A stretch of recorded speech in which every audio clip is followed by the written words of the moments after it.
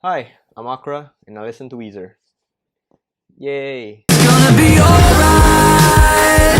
沈みかけても California no You're the data. So I've been a fan of Weezer for a while now. I've been an incel for a bit. And for my years of Weezer consumption, I noticed that they have an abundance of references to Japan in their songs. It's like they have a weird obsession.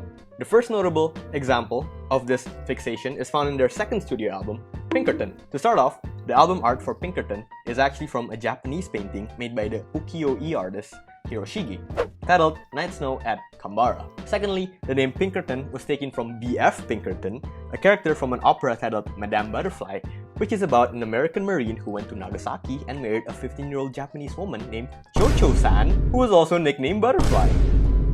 That's gonna be important later. It's also worth noting that the Pinkerton syndrome got its name from this B.F. Pinkerton. This syndrome is a term for the perceived tendency of some Asians to regard Caucasians as superior or desirable, especially for marriage or relationships. So yeah, there's that. Furthermore, Weezer's first single from the album, El Scorcho, had this artwork. Wow, and this song starts off with the infamous line, Goddamn you half Japanese girls do it to me every time. yeah man, I get it, Rivers. In an interview from 1996, Rivers actually explains this line, and here's what he had to say about it. Well, I suppose that halfway through writing the album, I started to realize that I seem to be having a lot of disastrous encounters with half Japanese girls. And then it developed into disastrous encounters with Asian girls of all sorts. Yeah, I suppose it's fair to say that I'm fascinated by Asian girls. Grimaces, that's in the interview by the way. For some reason, they're particularly beautiful to me. I don't know why, and when I became aware of that, and also the fact that it was the masculine part of myself, I remembered the story of Madame Butterfly, and the story of the character Pinkerton.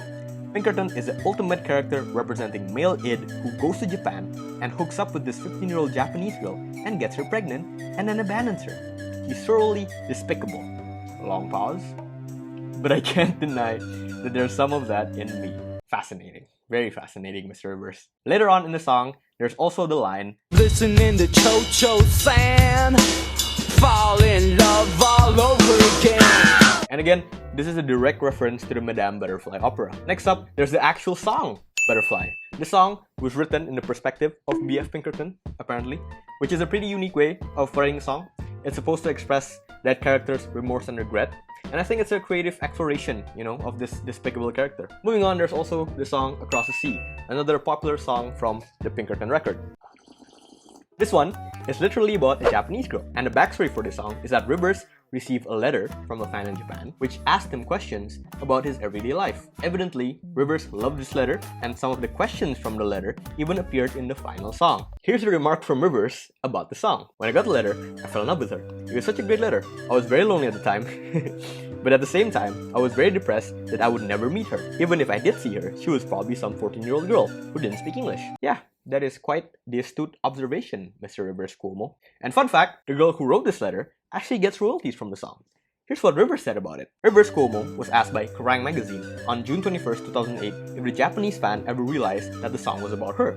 The Weezer frontman replied, yes, she knows it's her. When I wrote the song, I took her letter and I literally lifted lines from the letter and I put them in the song. So she actually collects royalties on that song. That's pretty cool. Awesome gesture from Weezer. Good for her. And lastly, from the Pinkerton album, is the song Falling For You. There isn't anything explicitly referencing Japan in the song. It does, however, start with a Japanese woman muttering something in Japanese.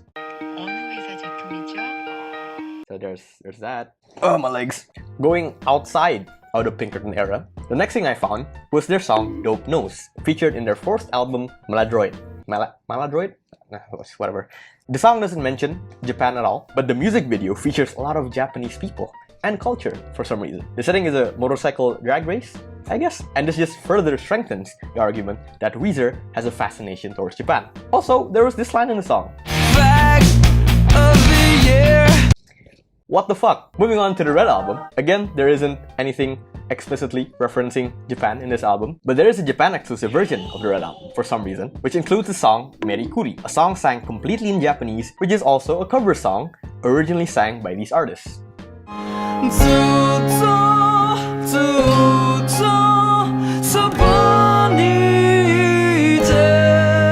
Fast forward to 2016 with Weezer's Wet album, a personal favorite of mine, starting with the song King of the World. Yummy! So this track is about River's wife, Kyoko Cuomo, who is Japanese, by the way, and it mentions a bit of her upbringing. The second verse in particular describes her childhood. It references some harsh things that happened in her past growing up, and the line, And Uncle Sam dropped an atom bomb. references the atomic bombings of Hiroshima and Nagasaki. Rivers really did just casually mention a war tragedy in a cheery love song. How does he get away with this? But despite the grim topics, this verse is actually very wholesome. This whole song is wholesome. The verse ends with, But you're not alone, you can let it go and just weep on my breast and cover me with your tenderness, and that pain will pass. and on Genius, the lyric website, Kyoko, like legitimately her, remarks that it's really nice feeling hearing from your partner. Her comments on the lyrics of the whole song are pretty interesting. It's worth checking out. So good job, Rivers. That's a Giga Chad husband move. Second up, we have the song California Kids. Now this song doesn't really have any references to Japan. However, it was sung originally in Japanese. That's right, incels. California Kids is a dub, and real fans would prefer the Weezer anime in its original state, unaltered. The song is actually an English adaptation of a single from Rivers' Japanese side project, Scott and Rivers, initially titled just California. There's a snippet of how it sounds. It's gonna be alright. Shizumi kakete mo California no Yomitara. I actually kind of like it more. It sounds like an anime opening. Speaking of Scott and Rivers, this side project is actually fucking insane. It's a collaboration between Rivers and Scott Murphy from the band Alistair, and so far they have released 2 albums, Scott and Rivers in 2013 and Nimaime in 2017, both of which are completely in Japanese. So Rivers Cuomo is actually fluent in Japanese. Here's a clip of him talking in that language. 僕はよく興味があります。ちなみにどういったバンドを奥さんは聞かれてますか？本当は最初は車で阿蘇山に運転した時、はい。ユーミンファンなんですね、奥様。お姉ちゃんも僕も。